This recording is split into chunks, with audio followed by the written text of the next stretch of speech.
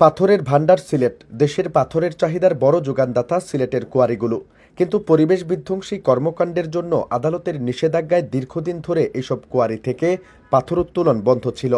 ৫ আগস্টের পর স্থানীয় প্রভাবশালীরা মেতে ওঠেন কোয়ারি থেকে পাথর লুটে।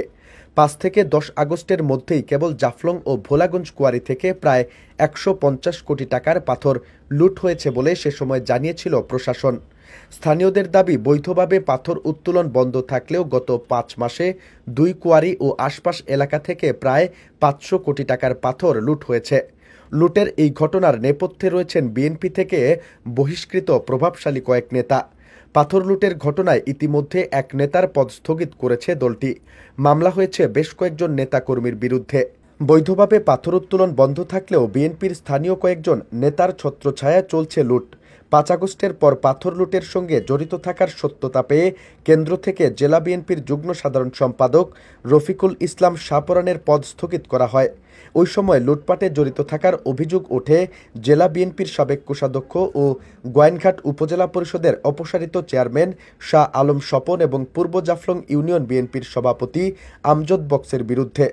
পাথর লুটের ঘটনায় ওই ৩ নেতাসহ ১১৪ জনের বিরুদ্ধে মামলা হয়।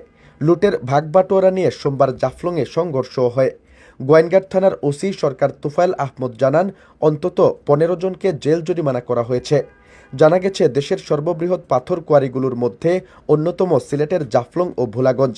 জাফলংয়ে পিয়াইন ও ভোলাগঞ্জে ধলাই নদী থেকে প্রতিবছর কয়েক হাজার কোটি টাকার পাথর উত্তোলন হতো। যান্ত্রিকভাবে পাথর উত্তোলন করতে গিয়ে পাথর খেকুরা শুরু করেন পরিবেশ বিধ্বংসী কর্মকাণ্ড।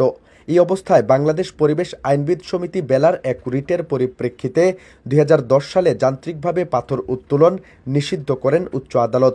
পরে বেলার আরেকটি রিটের পরিপ্রেক্ষিতে জাফলংকে ইসিএ ঘোষণা করে সব পদ্ধতিতে পাথর উত্তোলন নিষিদ্ধ করা হয়।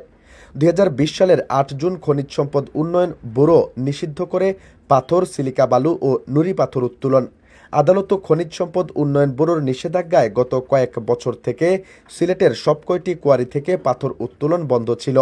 এতে জাফলং ও ভোলাগঞ্জ সাদা পাথর এলাকায় নদীর উৎসমুখে বিপুল পরিমাণ পাথর জমা হয়। কিন্তু ৫ আগস্টের পর আইনশৃঙ্খলা রক্ষাকারী বাহিনীর শিথিলতার সুযোগে পাথর কোয়ারিগুলোতে শুরু হয় লুটপাট। উপজেলা প্রশাসনের তথ্যমতে ৫ থেকে ১০ আগস্টের মধ্যে জাফলং থেকে ১২০ কোটি টাকা ও ভোলাগঞ্জ থেকে ২০ কোটি টাকার পাথর লুট হয়েছে।